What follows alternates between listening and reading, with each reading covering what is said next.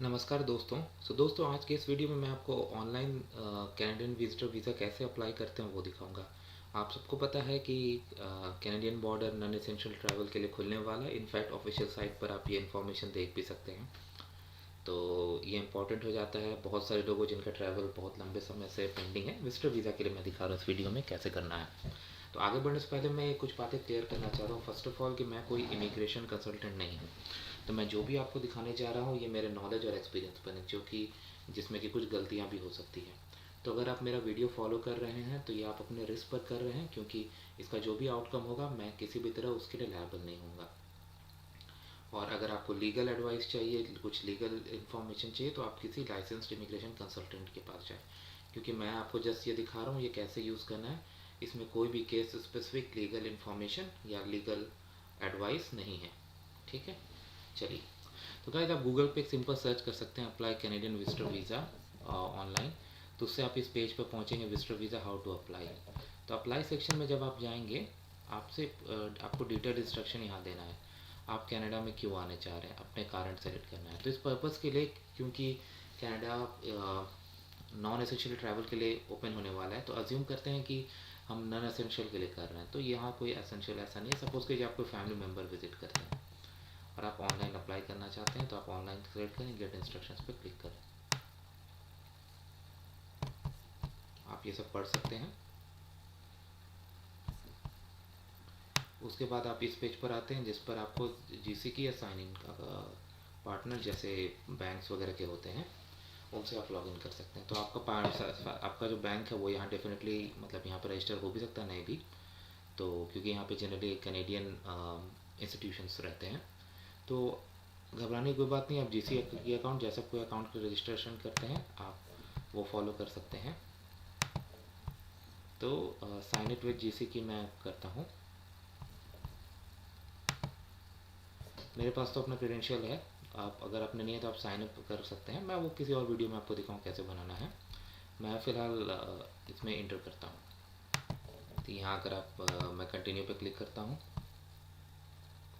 Terms condition है, मैं accept कर लेता हूँ। यहाँ मैं फिर से स्क्रीन फ्रीज करके आगे बढ़ूँगा ये क्वेश्चन आंसर करके। तो मैं यहाँ पे पहुँच गया। तो सबसे पहले मुझे क्या करना है कि मुझे एक विज़ार्ड के थ्रू जाना है जहाँ मुझे आंसर करने हैं। तो मैं क्लिक करूँगा apply to come to Canada.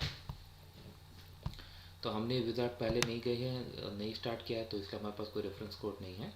तो हम यहाँ से नया शुरू करेंगे, विजिटर वीज़ा, स्टडी और work permit. What would you like to do Canada. तो हम विजिट करने जा रहे हैं, विजिट करेंगे। हाउ लॉन्ग, तो हम temporary less than 6 month. Let's say आपका प्लान है कि आप 2 मंथ्स के लिए अपने ब्रदर को विजिट करना चाहते हैं। Please set the code that matches in passport. Let's say आप इंडियन सिटीजन हैं, आपके पास इंडिया का पासपोर्ट है, आप करेंटली इंडिया में रहते हैं। Do you have a family member considered permanent resident and is 18 years of as और ओल्डर। तो आप ये फैमिली मेम्बर को अगर आप देखना चाहते हैं क्या कहा जाता है, तो आप क्लिक कर सकते हैं। ये आपको डिफाइन करता है। An applicant closest relative in context of IRCC applicant define spouse, common law partner, dependent children and their dependent children. तो आपका ब्रदर जो है वो इन कैटेगरीज में नहीं आता, तो मैं उसको नो करूँगा। What is your date of birth. तो मैं कुछ डेट ऑफ बर्थ देता हूँ। लेट से आज 2021 है। लेट से आपकी उम्र 22 साल है, तो आप 1998 में बॉर्न हुए हैं। जस्ट एक एग्जांपल दे रहा हूँ, आपको अपना देना पड़ेगा। आपने जनवरी 1 को, अच्छा डेट ऑफ बर्थ है ना। नेक्स्ट,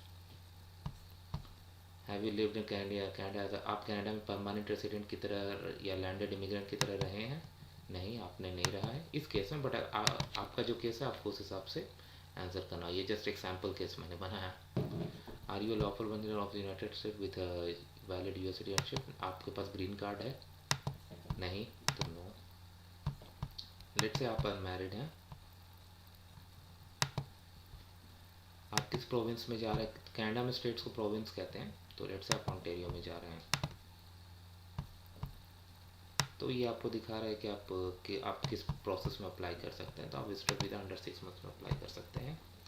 मैंने क्लिक किया, कंटिन्यू किया। आपका पर्पस का विजिट क्या है। आप फैमिली या फ्रेंड्स को विज़िट करना चाहते हैं? जी बिल्कुल। आपके पास प्रूफ ऑफ रिलेशनशिप है? यहाँ आपके पास बिल्कुल है, आपके ब्रदर से आपका रिलेशनशिप का प्रूफ है।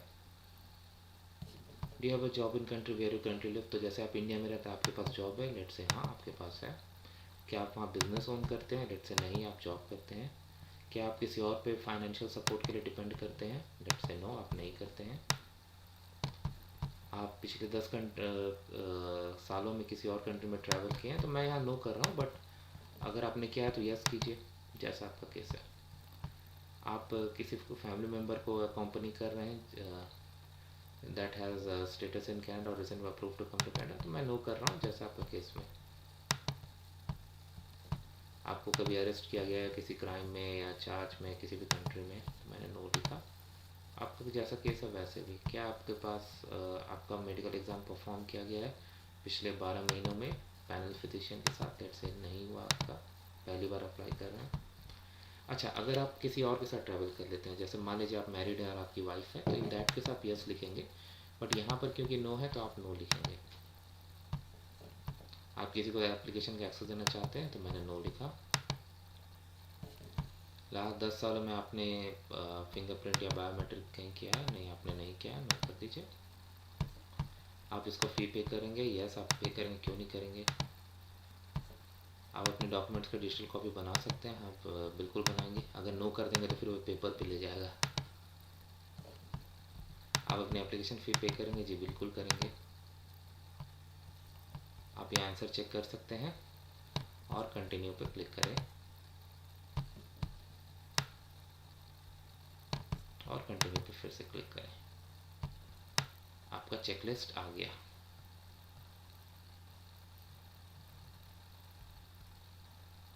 तो इसमें आपको 5257 ये एप्लीकेशन फॉर्म भरना होगा और ये सपोर्टिंग डॉक्यूमेंट्स आपको देने हैं, पासपोर्ट, इनविटेशन लेटर। आप हर एक के ऊपर क्लिक करके देख सकते हैं कि उसमें क्या क्या रिक्वायरमेंट है, इंक्लूडिंग फ़ोटो की भी रिक्वायरमेंट होती है, proof of relationship, family information form.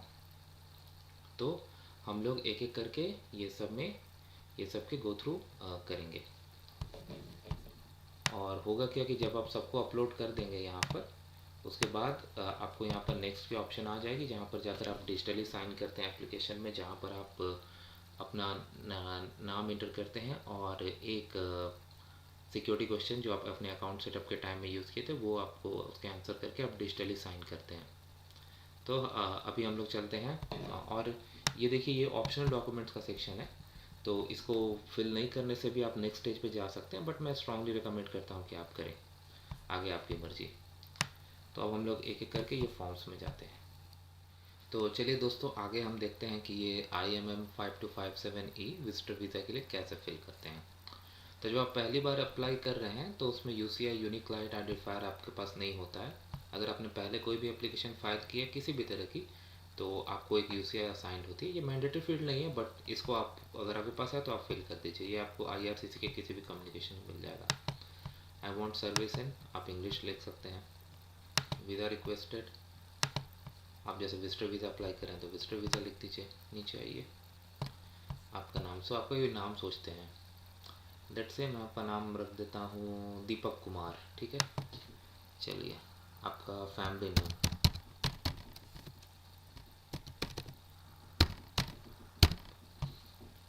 आपने पहले कोई भी नाम किसी तरह का यूज़ किया है? सपोज कीजिए आपने नहीं किया है। मेल, जो भी आपका डिटेल आप फिलअप करते जाएंगे, ये काफ़ी इजी पार्ट है। जो भी आपका DOB है फॉर्मेट भी दिया हुआ है। लेट से आपकी बर्थ हुई है न्यू दिल्ली में और आपने इंडिया है आपका बर्थ प्लेस और आपकी सिटीजनशिप इंडिया है। कंट्री और टेरिटरी, आप अभी समय कहाँ है? लेट से आप इंडिया से अप्लाई कर रहे हैं तो आप इंडिया लिखेंगे। आपका स्टेटस, आप वहाँ सिटीजन हैं।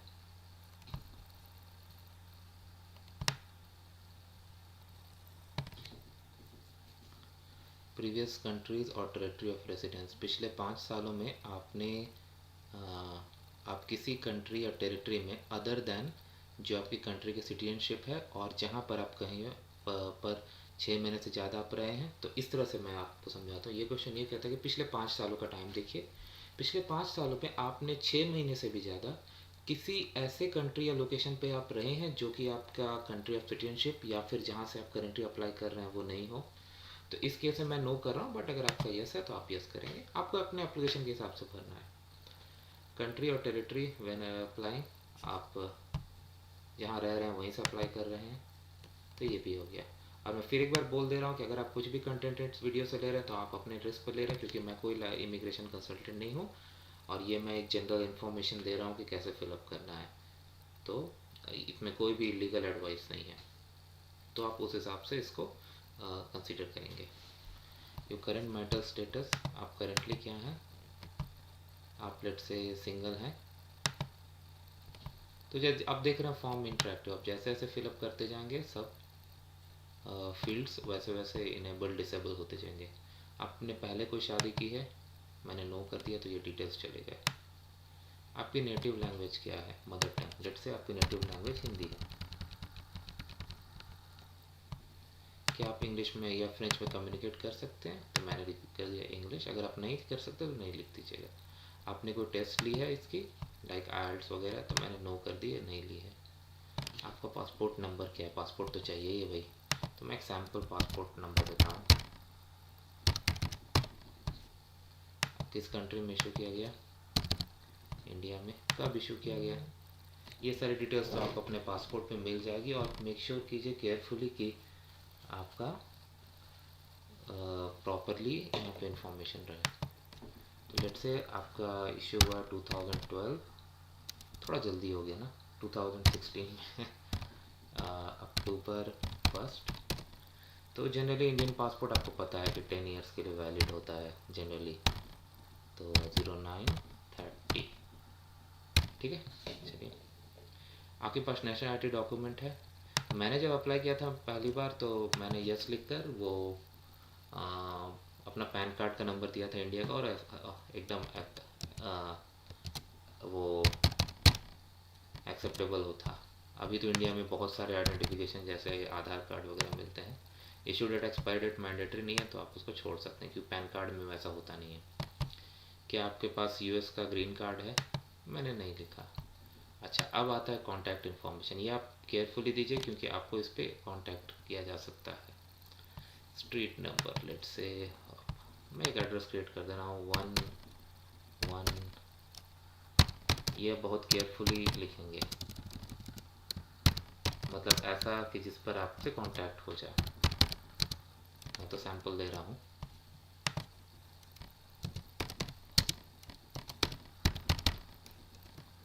Country India, postal code, Delhi की पोस्टल कोड क्या होती है मुझे नहीं पता, डिस्ट्रिक्ट शायद दिल्ली ही कहलाता है। से आपका जो रेसिडेंशियल एड्रेस है, मेलिंग एड्रेस ही है, मैंने यस कर दिया। टेलीफोन नंबर, एक नंबर आपको देना पड़ता है, तो आपके पास कनाडा का और यूएस का नहीं, आपके पास इंडिया का नंबर है, सेलुलर नंबर। तो इंडिया कंट्री कोड होता है 91, और नंबर 10 डिजिट्स मिलते हैं, तो मैं 10 डिजिट्स क्रिएट कर देता हूँ। आपका ईमेल एड्रेस, ये काफ़ी इंपॉर्टेंट है, मैं कुछ ऐसे लिख देता हूँ, बट वैलिड आप दीजिएगा। नीचे आइए, आपका पर्पस का विज़िट क्या है, यहाँ पर आप देखिए फैमिली विज़िट। आप कब से कब तक रहना चाहते हैं, तो लेट से अभी तो जुलाई चल रही है, आप आप सितंबर से बॉर्डर खुल रहा है कनाडा का, ठीक है। सपोज़ कीजिए आप सितंबर एंड में विज़िट करना चाहते हैं, और आप अक्टूबर एंड में वापस आना चाहते हैं, 1 महीना के लिए आप विज़िट करना चाहते हैं। फंड, कितना फ़ंड है आपके पास 1 महीने के लिए, तो मैं वैसे ही डाल देता हूँ नंबर, आप जिसको विज़िट करना है। तो समझिए आपका दीपक कुमार का भाई का नाम मैं क्या डाल दूँ, कोई अच्छा नाम, अजय कुमार, कॉमन नेम है Ajay Kumar. Relationship to me brother. Address, मैं कैसे सैम्पल एड्रेस डाल देता हूँ, स्ट्रीट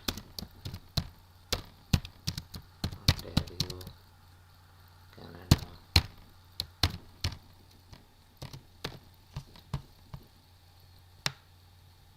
ठीक है, एजुकेशन, क्या आपने पोस्ट सेकेंडरी एजुकेशन यूनिवर्सिटी वगैरह की है? यस, आपने की है। तो इंडिया में टिपिकली लोग 18 ईयर्स में ज्वाइन करते हैं, 22 में पास आउट होते हैं। तो ये बंदा 1998 में गया है, तो सपोज कि 2016 से इसने ज्वाइन की थी, पढ़ने वाला लड़का था 5, और 2020 में बंदा पास आउट हो गया। पिछले साल तो पैंडमिक था, पता नहीं कितना, मैंने बहुत प्रॉब्लम आई थी। No doubt, field of study B,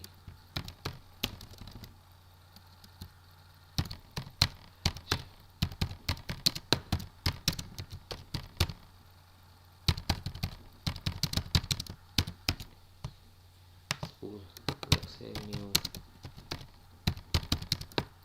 but Delhi में कॉलेज है, दिल्ली यूनिवर्सिटी। लाइक मैंने भी अपने दिनों में ट्राई किया था, बट मैं सेलेक्ट नहीं हुआ।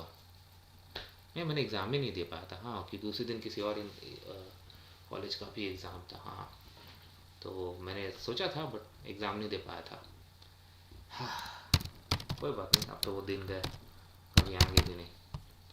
कंट्री इंडिया, एम्प्लॉयमेंट, आपने give the details of your employment for past 10 years, including if you have held any government position such as civil servant, judge, police officer, mayor, member of parliament, hospital, etc. Money employee or security. Do not leave gaps. If retired, not working or studying, please indicate. If you are retired, please provide 10 years before. So पिछले 10 साल में आपने जो भी किया है, अगर आप स्टडी किए हैं वह नॉट वर्किंग जो, तो आपको यहाँ लिखना पड़ेगा। तो ये बंदा जो है, सपोज कीजिए मई में पास आउट हुआ, तो लेट से जून से ये काम कर रहा है 2020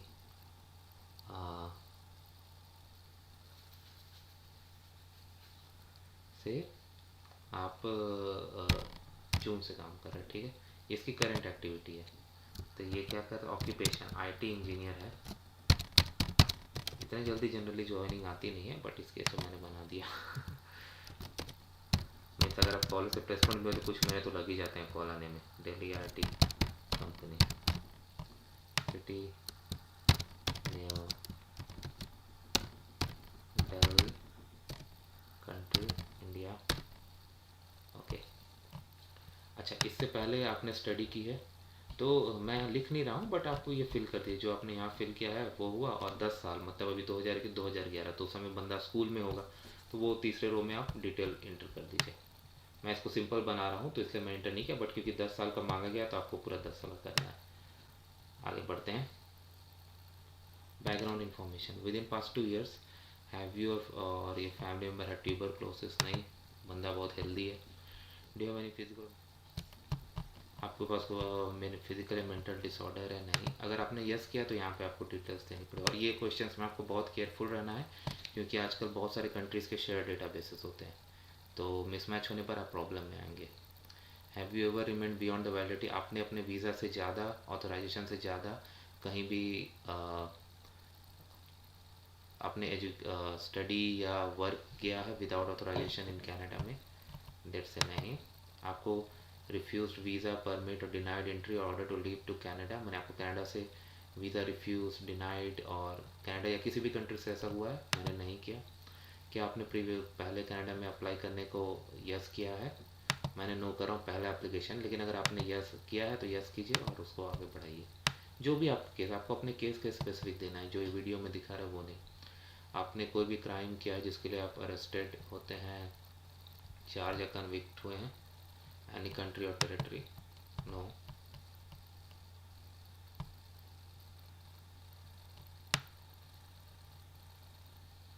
डिड यू सर्व यानी मिलिट्री, आपकी तो मिलिट्री मिलिशिया में काम किए हैं?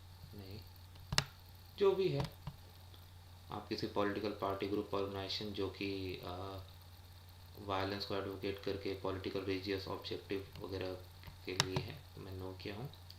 आपने कोई से विटनेस किया है ill treatment of prisoners, civilians का? मैंने नो किया है। सिग्नेचर, आप कॉन्टैक्टेड बाय? यस, ठीक है। अच्छा, सिग्नेचर की जहाँ तक बात आती है, तो ऑनलाइन एप्लीकेशंस में आपको साइन करने की ज़रूरत नहीं होती, क्योंकि आप डिजिटली साइन करते हैं, पेपर बेस में होता है। लेकिन एक चीज़ बहुत ज़रूरी है, जब आपने पूरी फिल कर ली है, तो वैलिडेट पे ज़रूर क्लिक कीजिए, क्योंकि आपको ये बार कोड के साथ सेव करके फाइल अपलोड करनी है। तो ये जो वैलिडेट है ये आपको चेक करता है फॉर्मेट के हिसाब से कि आपने मैंडेटरी फील्ड्स फिलअप की है कि नहीं, फॉर्मेट उस हिसाब से है कि नहीं। लेकिन ये आपकी इंटरेस्ट तो वेरीफाई नहीं कर सकता, तो आपको फॉर्म को एक बार वेरीफाई करना ही चाहिए। और ये करने के बाद आप इस फॉर्म को आप सेव कर सकते हैं अपने डेस्कटॉप पर, और फिर उसको वहाँ IRCC के अकाउंट में, GC के अकाउंट में अपलोड कर सकते हैं। तो मैं वापस आ गया हूँ अपने अकाउंट में। यहाँ मैंने वो फाइल जो मैंने सेव की थी वो अपलोड कर दी और वैलिडेशन पास कर दी। कभी कभी क्या होता है कि अगर आप रॉन्ग डेट ऑफ बर्थ या कुछ दें जो कि आप अर्लियर क्वेश्चन से मैच नहीं करता है, तो फॉर्म वैलिडेट नहीं होता। और कुछ लोग ये गलती करते हैं कि फॉर्म फिलअप करने के बाद उसके प्रिंट आउट ले लेते हैं, साइन करते हैं, स्कैन करते हैं, फिर अपलोड करने जाते हैं, तो ऐसे केस में सिस्टम वैलिडेट कर ही नहीं सकता। तो ये पर्टिकुलर फॉर्म आपको इस तरह से ही देना है। उसके बाद पासपोर्ट चाहिए यहाँ पर, तो उसमें लिखा हुआ है कि आपको कौन कौन से पेजेस लगाने हैं। आप इसको पढ़कर खुद से लगा सकते हैं, कोई प्रॉब्लम नहीं है। इसी तरह इनविटेशन, ये सारे मैंडेटरी डॉक्यूमेंट्स आप फिलअप कर देंगे। इसमें एक फॉर्म है 5645 और ये नॉन मैंडेटरी फॉर्म है 5257। क्लाइंट इन्फॉर्मेशन लेटर में आपको क्लियरली मतलब मैंडेटरी नहीं है, बट आपके पास एक अपॉर्चुनिटी है कि आप एक लेटर दे रहे हैं जिसमें कि आप कुछ लिखना चाहते हैं कि आप कौन है, क्या अप्लाई करते हैं। मैंने हमेशा अपने एप्लीकेशंस में दिया और मेरे एप्लीकेशन सक्सेसफुल रहे हैं, बट ये आपके ऊपर है। अगर मुझे देना है तो मैं डेफिनेटली दूंगा। अब चलिए, मैं ये इंडिविजुअल डॉक्यूमेंट्स में नहीं जाऊँगा, आप यहाँ जाके खुद से देख सकते हैं। मैं ये 2 फॉर्म्स हैं, इन दोनों को कवर कर देता हूँ। उसके बाद हम लोग आगे देखते हैं। तो दूसरे फॉर्म में चलते हैं 5645 में, फैमिली इन्फॉर्मेशन। तो अभी हम लोगों ने खोला है ये IAM5645E। तो इसको फिलअप करते हैं। अगेन मैं बता दूं, मैं इमिग्रेशन कंसल्टेंट नहीं हूँ, तो ये मैं अपने नॉलेज से कर रहा हूँ आपको एक गाइडेंस देने के लिए। इसमें कोई लीगल इन्फॉर्मेशन नहीं है। और अगर आप कुछ भी इस वीडियो से ले रहे हैं तो ये आप अपने खुद के रिस्क पर ले रहे हैं, मैं किसी भी आउटकम का लायबल नहीं होगा। All right. तो सपोज जैसे आप विजिटर वीज़ा के लिए अप्लाई कर रहे हैं, तो आप विजिटर सेलेक्ट कर लीजिए। यहाँ पर एक बात लिखा हुआ, complete all names in English and in your native language. आप इसको इंग्लिश और अपने नेटिव लैंग्वेज दोनों में फिलअप करना है। और दोनों में नेम्स को, जो नाम होगा वो दोनों लैंग्वेजेस में जाएंगे। Include all family members even if they are not accompanying you. If you need more space on section, आपको एडिशनल शीट लगा सकते हैं। ओके, अगर आपके पास मतलब जितना स्पेस दिया उतना इनफ नहीं है तो। चलिए अब हम लोग देखते हैं। तो मैं आपको बताऊं मैंने कैसे फिलअप किया था, क्योंकि इसको दोनों में करना मेरा, अब एक तो इंग्लिश हो गया और दूसरा मुझे हिंदी में फिलअप करना। तो मैंने कैसे किया, तो मैंने ये पहले मैंने ये फॉर्म इंग्लिश में फिलअप किया, मैंने उसकी प्रिंट ले ली, ठीक है। फिर मैंने क्या किया, मैं वापस फॉर्म में गया, मैंने नेम सारे डिलीट कर दिए, बाकी एड्रेस और जो जो फिलअप किया वो रहने दिया और दोबारा से प्रिंट लिया। फिर ब्लैक पेन से, जेल पेन से मैंने नेम्स लिखे हिंदी में, और फिर मैंने दोनों फॉर्म्स पे सिग्नेचर के दोनों को स्कैन करके कंबाइन करके अपलोड किया और मेरा एप्लीकेशन सक्सेसफुल रहा। चलते हैं। तो पहला एप्लीकेंट है, तो एप्लीकेंट का नाम है दीपक कुमार।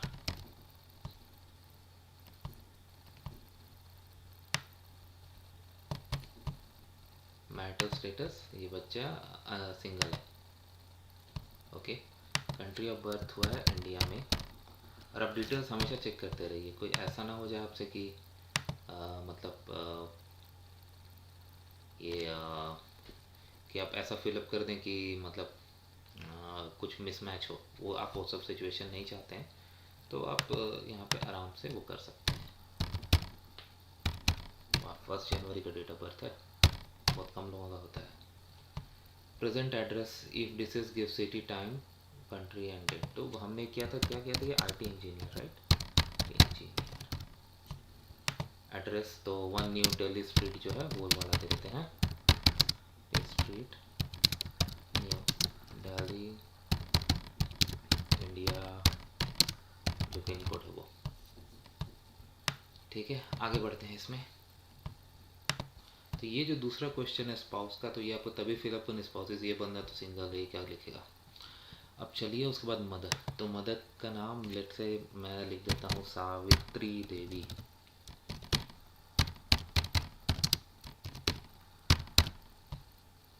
वो मैरिड हैं, उनका बर्थ भी इंडिया में हुआ है, लेट से वो एक टीचर हैं। डेट ऑफ बर्थ मैं कितना बना दूँ, 1970 चलेगा, हाँ क्यों नहीं चलेगा, 06, हाँ तो 1973। और इसको मैं 15 जून का बना देता हूँ। एड्रेस लेट से वही एड्रेस है, साथ में रहते हैं फैमिली, अच्छी बात है, फैमिली को साथ में रहना चाहिए, तो वही मैं डाल देता हूँ। उसके बाद उसके फादर का नाम, तो फादर का नाम मैं क्या देता हूँ, लेट से मैं सर्वेश सिंह, हाँ चलेगा, चलो सर्वेश सिंह, मैरिड वो भी हैं,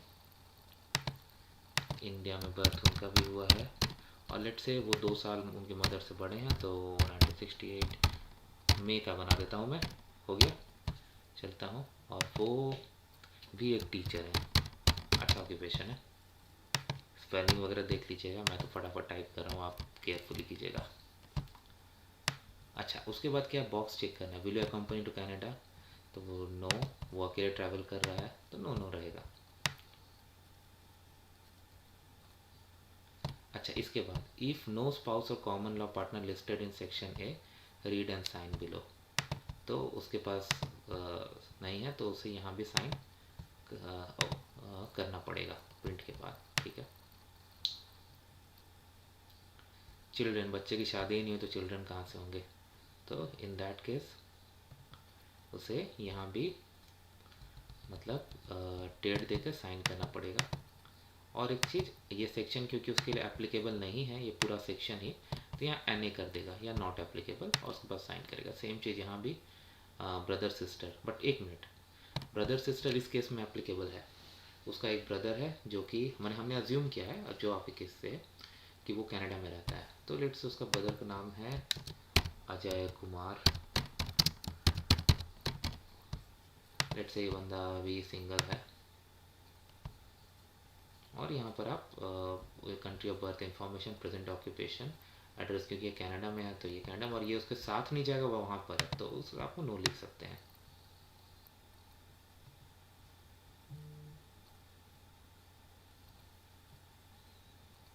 ठीक है, तो ये करके आप फिर यहाँ पर डेट देके आप यहाँ भी साइन कर सकते हैं। ऑल राइट, तो मैंने आपको पहले बता दिया कैसे 2 लैंग्वेज में एंटर करना है, कि जैसे मैंने पहले आप पूरा फॉर्म फिलअप कर लीजिए, डाउनलोड कर लीजिए, साइन कर, जैसे मैंने किया था, आपके ऊपर आप कैसे करेंगे। मैंने सारे फिलअप कर लिए, डाउनलोड किया, साइन किया अपने सेक्शंस में, उसके बाद मैंने सिर्फ नेम हटाया, दोबारा डाउनलोड किया और सारे नेम्स को हिंदी में जो मेरी नेटिव लैंग्वेज है उसमें लिखा, और फिर से साइन किया, स्कैन करके कंबाइन किया, और उसको फिर अपलोड किया, और वो मतलब एक्सेप्टेबल थी, एक्सेप्ट हो गई थी मेरी एप्लीकेशन। आगे आपके ऊपर है, तो वापस चलते हैं। तो आप जब उसको करेंगे ये भी फॉर्म आप अपलोड हो जाएगा। अब ये चलता है अब शेड्यूल 1 भी देख लेते हैं। तो अभी हम लोग हैं IMM 5257B_1 शेड्यूल 1 फॉर्म में, टेम्प रेजिडेंस। तो जैसा कि एक केस में हमने अज्यूम किया बंदा विजिटर वीज़ा अप्लाई कर रहा है, सिंगल है, तो आगे बढ़ते हैं। वो प्रिंसिपल एप्लीकेंट है, हाँ ठीक है, आगे बढ़ते हैं। फैमिली नेम, इसका नाम है दीपक कुमार, जो आपका नाम है आप वही लिखेंगे। डेट ऑफ बर्थ, तो सपोज कीजिए इस बर्थ का डेट ऑफ बर्थ है जैसा 1998 01 UCI, पहली बार अप्लाई करने में UCI नहीं मिलता, बट आपने पहले किया है तो वो आप डाल देंगे। आपने कोई मिलिट्री सर्विस की है नहीं, आपने विटनेस और इल ट्रीटमेंट, ये कुछ क्वेश्चंस आपको दूसरे फॉर्म से मिलेंगे। लूटिंग और description of religious buildings, membership organisation, have you ever, आप किसी भी पॉलिटिकल पार्टी या किसी ग्रुप से जो कि इंगेज रही वायलेंस में, एसमिन अचीव पॉलिटिकल या रिलीजियस ऑब्जेक्टिव में, तो मैंने नो लिखा। आपने गवर्नमेंट हेल्ड पोजीशन एक्वायर की है, जैसे सिविल सर्वेंट, जज, police officer, mayor, member of parliament, तो इसने काम नहीं किया, अगर आपने किया तो यस करेंगे। प्रीवियस ट्रैवल, आप सिंस द एज ऑफ 18 साल की उम्र से और पिछले 5 सालों में जो भी नज़दीक हो, आप किसी भी कंट्री या टेरिटरी अदर दैन आपके जो कंट्री जहाँ आपकी सिटीजनशिप है और करेंटली जहाँ आप रह रहे हैं वहाँ के ट्रैवल की है, तो इस बंदे ने नहीं किया है तो उसने नो लिखा। अगर आपने कुछ भी किया तो यस करके आप करेंगे और वैलिडेट करेंगे, वैलिडेशन कंप्लीट होगा। तो इसमें आपने देखा कोई बार कोड वगैरह जनरेट नहीं हुई, और इसमें कुछ सिग्नेचर के भी पैनल नहीं है, लेकिन एक चीज़ आप देख लीजिए, वैलिडेटेड यस है, तो इसको भी आप सेव करके वहाँ पर अपलोड कर सकते हैं। और जब सारे मैंडेटरी फील्ड कर देंगे, आपको नेक्स्ट का ऑप्शन आ जाएगा जहाँ पर आप जाके पे डिजिटल साइन करके एप्लीकेशन वहाँ पर आप पे कर देंगे। तो मैं वहाँ तक नहीं जाऊँगा। उम्मीद करता हूँ आपको वीडियो अच्छी भी लगी। कमेंट करके ज़रूर बताइएगा और चैनल को सब्सक्राइब करके बस चैनल को ज़रूर सब्सक्राइब कर लीजिएगा। Thank you.